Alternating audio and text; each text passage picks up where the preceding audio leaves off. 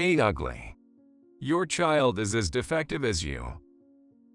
As soon as we reunited for the first time in 13 years, my ex-husband stared us down from head to toe, my daughter and I, who was sitting in the wheelchair I was pushing, before hurling those words at us. I was instantly enraged and about to hurl a barrage of foul language. What's wrong with my daughter? The one who spoke up was my current husband, Richard. His deep baritone voice resonated well, not just catching my attention, but also turning the heads of those around us. However, I might have been the only one to notice the icy undertone in his voice. Looking back at my ex, Michael, his face had turned pale. My name is Susan. I'm 35 years old. I'm a stay-at-home mom living with my only daughter, Maria, who's 3, and my husband, Richard, who's 3 years younger than me. The house we currently live in was originally built by Richard's parents, but soon after Richard and I got married, his grandmother passed away suddenly. Not wanting to leave his grandfather, who was now living alone in old age, to fend for himself, his parents handed over the house they had been living in to us and moved in with his grandfather. But caring for his grandfather was just one reason. They were probably also worried about Richard, who had just started his own business and wanted to help by giving us a place to live without rent. That was a major factor. I was so grateful for my in-laws' kindness. Until Maria was born, I would visit his grandfather's house every other day to help out with things like hospital visits and housework. After Maria was born, I slowed down a bit, but still made it a point to visit with Richard at least once every 2 weeks. We would help out in any way we could at the time, and sometimes, to give his grandparents a break, we would take care of his grandfather so they could go out and relax at a day spa. I'm truly grateful for all the help you give, especially during the tough times of parenting. She's right. Richard really married a wonderful person. They were always thankful, but to me, no amount of help seemed enough for what Richard's family, including his parents and his twin sister, Emily, had done for me. They had saved my life, not once, but twice. Actually, Richard was my first marriage, but I had been married once before and it had ended in failure. I met my first husband, Michael, right after I had moved to New York for university. We moved into the same apartment complex on the same day. As we settled in, we shared tips about the nearest supermarkets, home improvement stores, and affordable, tasty restaurants, and quickly became friends. Michael attended a prestigious private university known for its stylish campus and frequent media appearances, quite unlike my own, which prided itself on being practical and robust. Michael himself was also tall and slender, and what you would call handsome. There are a lot of students from metropolitan areas at my university, and people from rural areas like me can hold their heads up. But you and I are in the same boat, Susan. It's more comfortable not having to put on airs. He would hang out in my apartment so often that eventually, we began living together like a couple. Back then, I couldn't believe I was dating a guy as good-looking as Michael. I might not have the glamour of the female students on Michael's campus, but I can be a place where Michael feels at ease.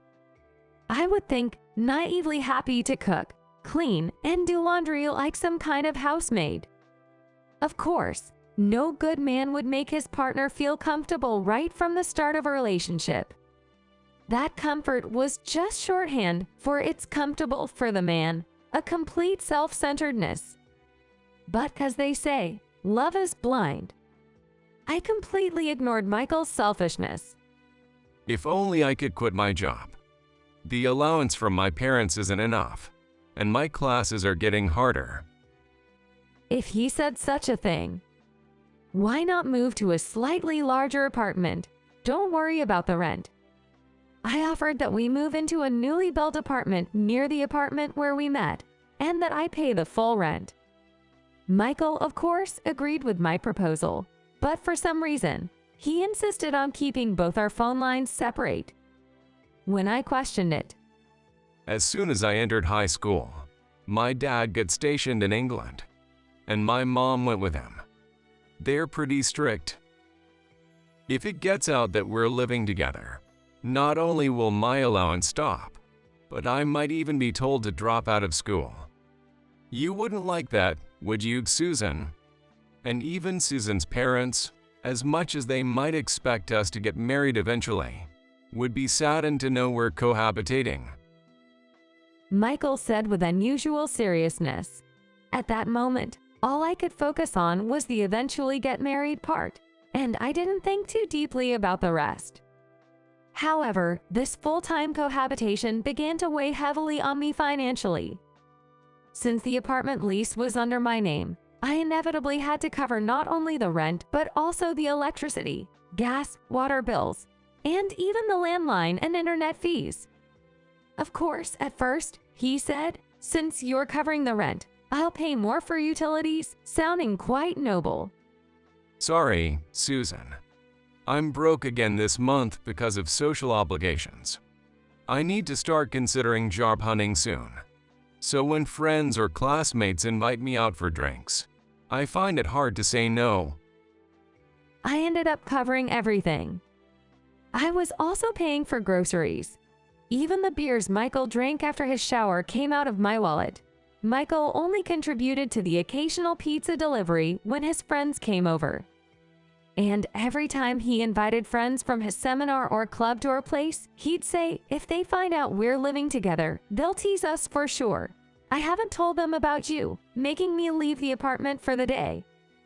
But since I spent all my time outside of university classes working part-time and doing housework, I didn't have a single friend to chat with or hang out with. So I had to spend the night in cafes and chain restaurants. The summer was tough, but waiting on a park swing in the cold winter mornings until I could afford to go home brought me to tears, wondering what I was even doing with my life. By the time we were both in our 4th year of university and seriously job hunting, I finally snapped at Michael, "Contribute a bit to our living expenses. You're practically a freeloader now." He immediately switched to a soothing tone. Sorry. I was just taking advantage of you. Don't be mad. He blatantly tried to appease me. The next day, he unexpectedly came to pick me up from my part-time job and clean the apartment, preparing dinner with flowers, wine, and cake he seemed to have gotten from a high-class supermarket. Throughout our long relationship, it was as if, for the first time, I was truly moved by Michael's thoughtfulness, which culminated in him presenting me with a ring from a famous brand at the time. I can only afford this right now, but someday I'll buy you a diamond worth 3 months of my salary. I remember the moment he said that and slipped the ring on my finger, feeling the happiest I've ever felt in my life, echoing a line I must have heard somewhere. However, that memory of happiness was the only one of its kind. I'm torn between getting a job and studying abroad. But if things stay as they are, I'll rely on Susan again.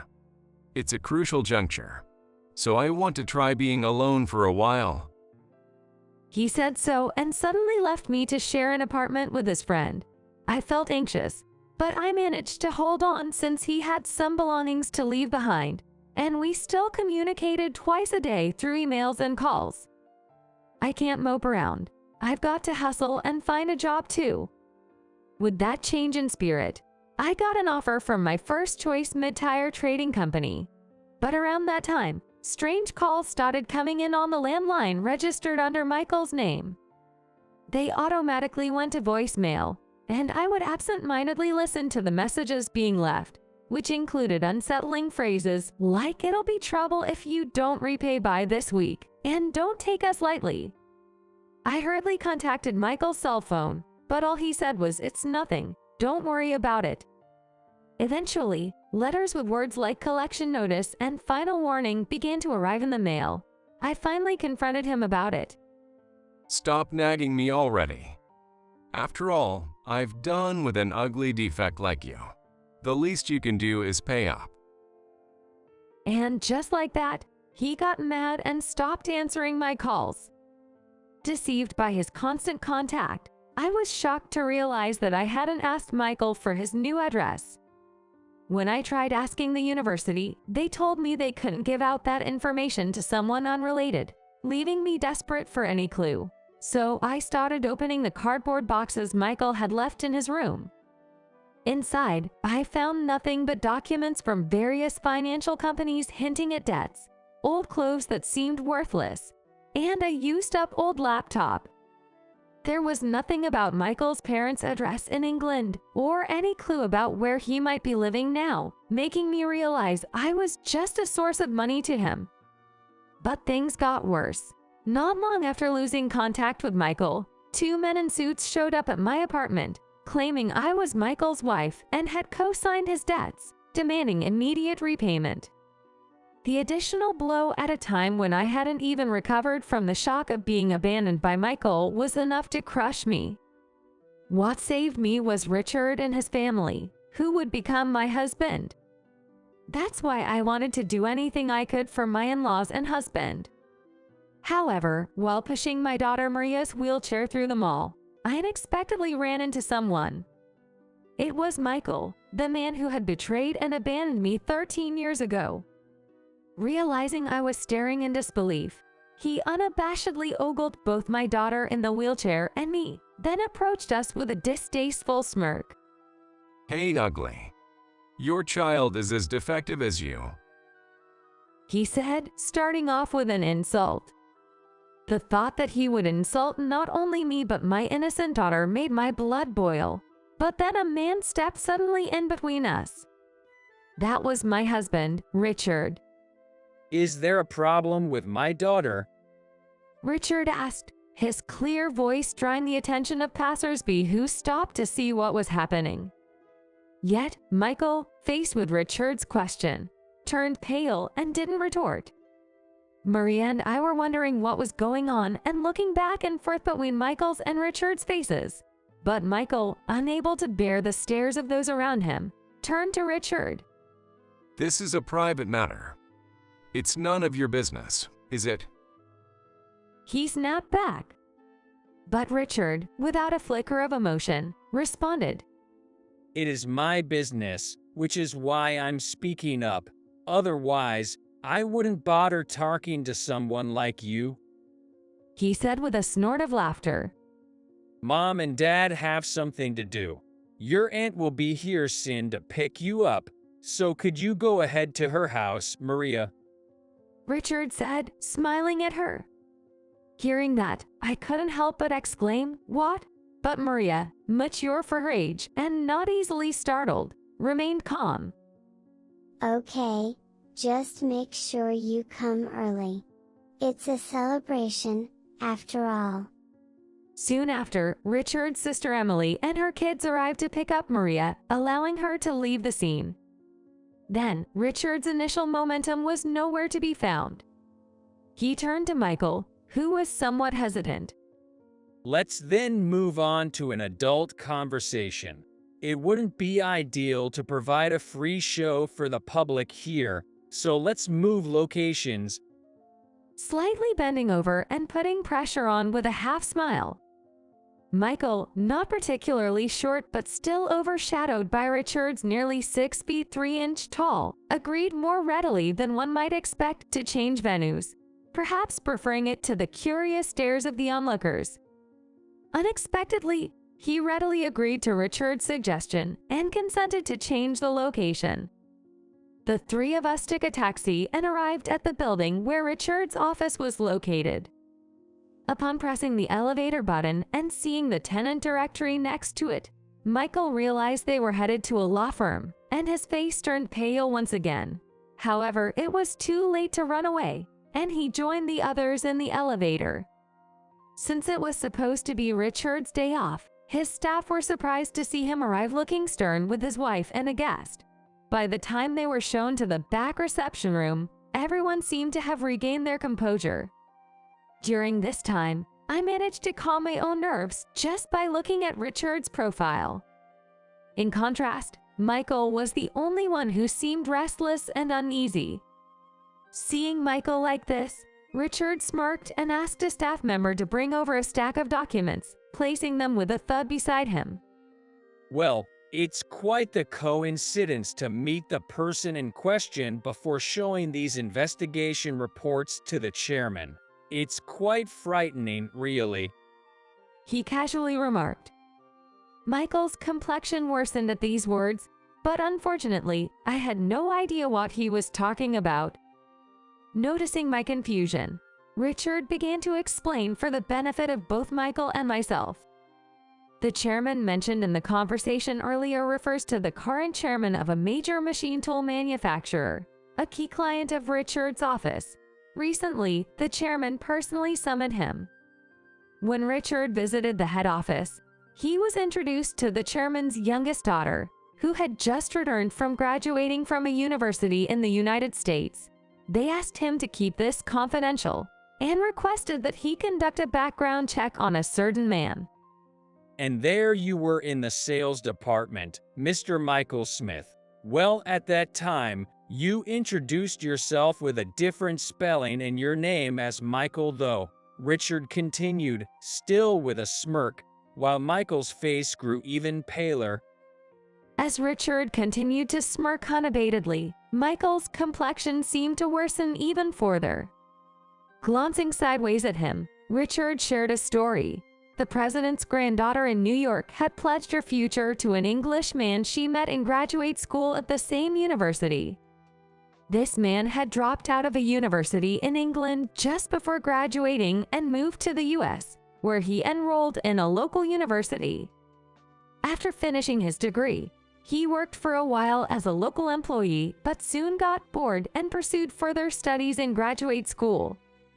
The granddaughter, a smart woman, had fallen deeply in love with this man who had supported her through the culture shock and homesickness after enrolling in a university in New York. Having completed his master's program a bit earlier, they approached her grandfather, the president, asking for his blessing for their marriage and for him to hire the man in his company. It seems the chairman himself had no clue that a man like Michael was hanging around his granddaughter during her stay in New York. However, the chairman's daughter, the executive vice president, had been introduced to the man a few times during their business trips to New York and had even met his parents, who were stationed there. The executive vice president herself thought at the time, "It's not my place to meddle in my adult daughter's love life," but felt it was too sudden when she was asked to marry him and to allow him to join their family-run company as a future executive candidate. So, after a discussion between the doting grandfather and the executive vice president, they decided to ask Richard's law firm, which had ties with their family for generations, to investigate Michael. Upon hearing this, I had a bad feeling. "You don't think that man is Michael, do you?" I asked Richard, looking directly at Michael sitting in front of me. What's that supposed to mean? Is it bad if it's me? We've been broken up for ages. Who I marry is none of your business. Michael snapped back even before Richard could respond. Sure, my past with Michael might as well be a dark history, and I've no interest or concern for Michael himself anymore, but I've got a mountain of grievances I'd love to air to him. We broke up, sure, but right before that, you went and filed for marriage without my consent, then made me a co-signer for your debts before skipping town. As I finished yelling, Michael looked momentarily subdued, but then he smirked. You say that, but you wanted to marry me back then, didn't you? I just made your dream come true and asked for a little help paying off my debts in return. He said, then nodded towards Richard. I totally forgot about it because I went on an overseas trip. But when I got back here and checked, I was relieved to find I was single. I thought it was unlikely, but I didn't think anyone else would want someone as ugly and flawed as you. I was worried you'd be waiting for me to come back. That's when he started talking down to me again.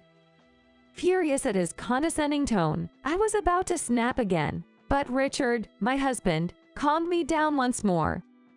Geez, I thought you might have learned something from being quiet earlier, but trash will always be trash. With that, he smoothly began to explain how our marriage was dissolved and Michael was single again. Actually, when Michael disappeared and debt collectors came knocking, the first to offer me advice was Richard's father, my Phil. That's because I was tutoring as a part-time job, and my student at the time was Richard's twin sister, now my Sil, Emily. Emily was smart but was becoming increasingly absent from school due to being ostracized by her classmates. Hired by her worried parents, I learned the ostracism was due to her defending a friend who was also being excluded. I tried to cheer her up with studies and listening to her problems, and soon her parents and grandparents grew fond of me. They started treating me like a family member. Emily and her mother visited me to celebrate her university enrollment when the debt collectors arrived at my apartment. Shocked at my haggard appearance, she became furious upon learning I was tricked into marriage and made a co-signer for debts. Emily immediately contacted her father and grandfather, who brought me to this law firm. From there, both my father and grandfather pulled out all the stops, running around to resolve the situation. First, they initiated mediation to invalidate the marriage that had been registered without my consent. At the same time, they negotiated with the financial institutions to invalidate my being made a co-signer for the debts. It must have been tough, but my father and grandfather are pretty savvy in this field, so in the end, everything worked out. But I can only imagine the tremendous effort it took to invalidate the marriage through litigation against Michael, who was not even in the country and whose whereabouts were unknown, and dealing with the stubborn financial institutions was no easy feat. Meanwhile, overwhelmed by this unexpected disaster, dumped by Michael, and all the commotion causing me to graduate from university barely, I wondered how on earth I would afford the attorney's fees after losing the job offer I had secured. That's when my Phil offered me a job at this firm, saying it was okay to work here if I had nowhere else to go. Thinking of it as a way to repay them, I worked tirelessly from morning till night, even on weekends. I intended to pay the attorney's fees out of my installment salary. They received my payment only to the extent that they were not offended by the Bar Association. Thanks to their efforts, the marriage was ultimately annulled, and I was also released from being Michael's co-signer for his debts. So, strictly speaking, you're not even Susan's ex-husband, just a blot on her life. Michael, upon hearing this, still seemed to not fully grasp the seriousness of the situation. Well, having a marriage record with such a woman would be boring anyway. It doesn't matter. Besides, the debt's probably statute barred by now, so it's irrelevant. He bluffed. But at that moment, Richard burst into laughter. This statute of limitations hasn't taken effect. I expect the collectors will be visiting you first thing next week.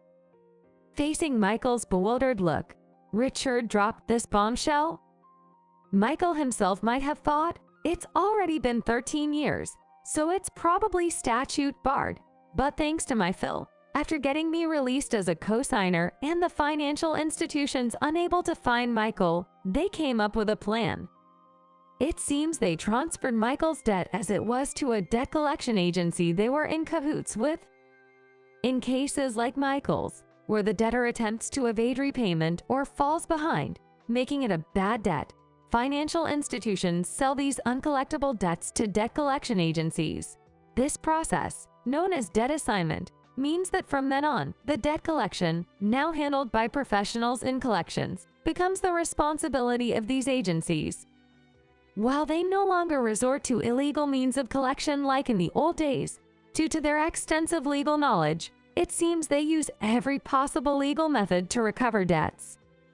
Naturally, the debt collection agency that purchased Michael's debt was no exception. After proceeding with various legal actions, The judgment from the lawsuit the debt collection agency filed against Michael resulted in the statute of limitations being extended by another 10 years, making the debt fully valid even now. Moreover, the total amount of debt, inflated by accumulated late fees and legal costs, has reportedly skyrocketed to several times the original amount borrowed. Hearing this, Michael momentarily looked disheartened. I don't care about such money. If I join that company as the CEO's son-in-law, it'll all be manageable. He retorted, undeterred. Typical shallow Michael. Despite some miscalculations, he undoubtedly assumed that becoming a son-in-law as originally planned and securing a top position in his FIL's company would make repayments seem trivial. Do you remember what I told you earlier? Who did I say had asked me to investigate you? Richard said, causing Michael to turn pale this time. Richard is Emily's twin brother, but during my time as Emily's tutor, we hardly spoke, only exchanging greetings when we saw each other. However, Richard became interested in me after hearing his close sister Emily praise me and express her fondness as if I were her sister. Later, unexpectedly, I started working at the office, and Richard, who had passed the bar exam while still in university, taking the fastest route to become a lawyer, and I began working together at the office.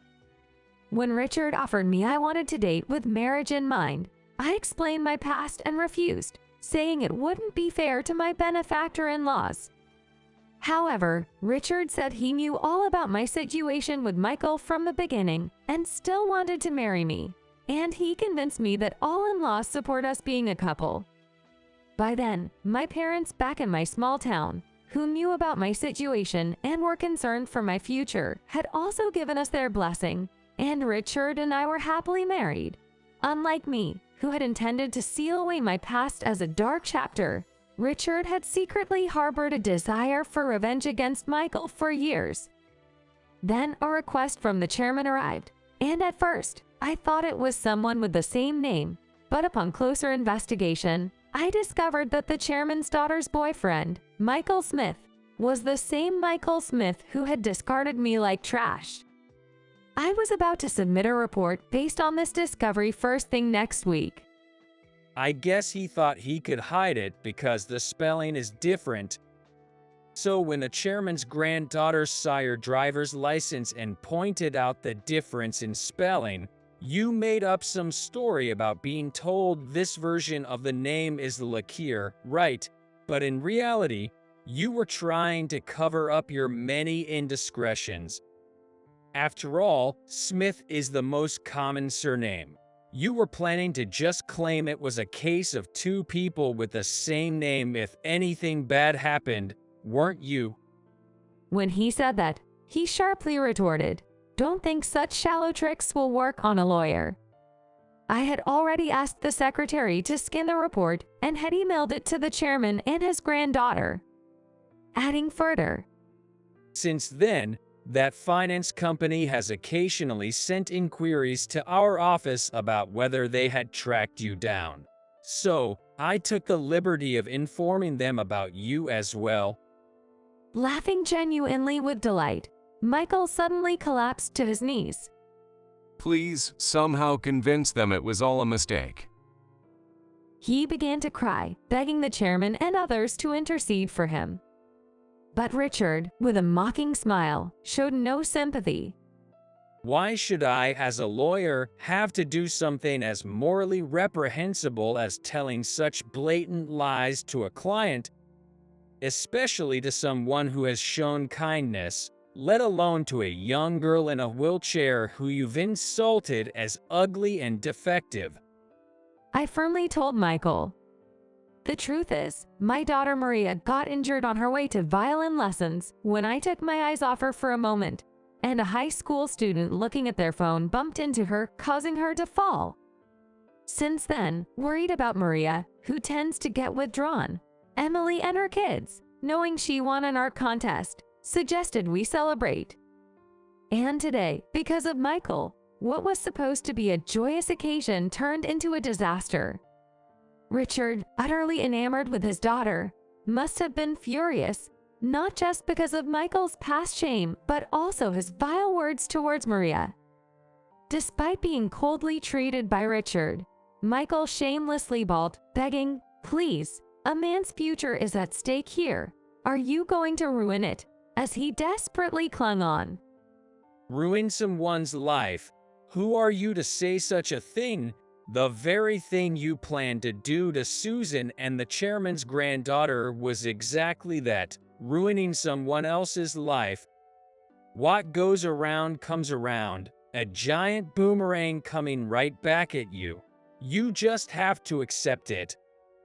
Richard declared, brushing off Michael's attempts to cling further. The exit is that way. We called the building security to promptly escort Michael out of the office. As we heard Michael's crying and bitter laments fade away, Richard and I exchanged glances and shared a smile. Afterward, Michael rushed to his girlfriend, the chairman's granddaughter, making excuses, but she had already begun to harbor suspicions against him. The revelation of the truth only fueled her anger, leading her to decisively cut ties with him, refusing to see him again. However, the chairman and the executive vice president, seeing their beloved daughter and granddaughter hurt, were not content to let it end there. Michael, who had tried to reconcile by persistently following her and bombarding her with messages and emails, was reported to the police for suspicion of fraud for attempting to marry and infiltrate the company with a fake resume. Although it didn't escalate to a criminal case, a warning was issued for his stalking behavior. Still, his refusal to give up and multiple instances of stalking eventually led to his arrest and prosecution. He was sentenced to jail time, though he received probation. Once released on bail, he appeared to return to a normal life on the surface, but with a criminal record, he found it impossible to find employment anywhere outside of New York. Desperate, Michael attempted to move to England for work, but his criminal record hindered his visa application, forcing him to abandon the plan. Moreover, after his parents learned everything from the chairman and the police, they disowned him, leaving Michael truly alone. With debts looming and blacklisted from most employment, unable to even own a smartphone or renew his expired driver's license, Michael had no choice but to take any job he could get. Rumor has it, he now works for a handyman service introduced by debt collectors, living in a dorm with no privacy, working tirelessly from dawn till dusk. However, this was none of my concern, and I chose to forget about it as soon as I heard. On the other hand, Richard and I moved to an apartment near the private elementary school Maria would attend, as soon as her injury had fully healed. Ever since that incident, Maria has been hesitant to take the train, so she's been happy with the bus commute and loves the view from our high-rise apartment, seeming joyful every day. When Richard suggested selling our previous home, which was a renovated gift from my in-laws, and moving to an apartment, I was worried about what my in-laws would think. However, after they passed their house to us and started enjoying their second life in a warm coastal town, they reassured us. What's best for your son, his wife, and our granddaughter is the most important, so don't worry about it. In fact, they encouraged us. Being closer to my workplace means more time with family than before, and it was definitely a good decision. Richard seems to be enjoying the new life as much as Maria. Seeing them both so happy, I've been inspired to try something new myself.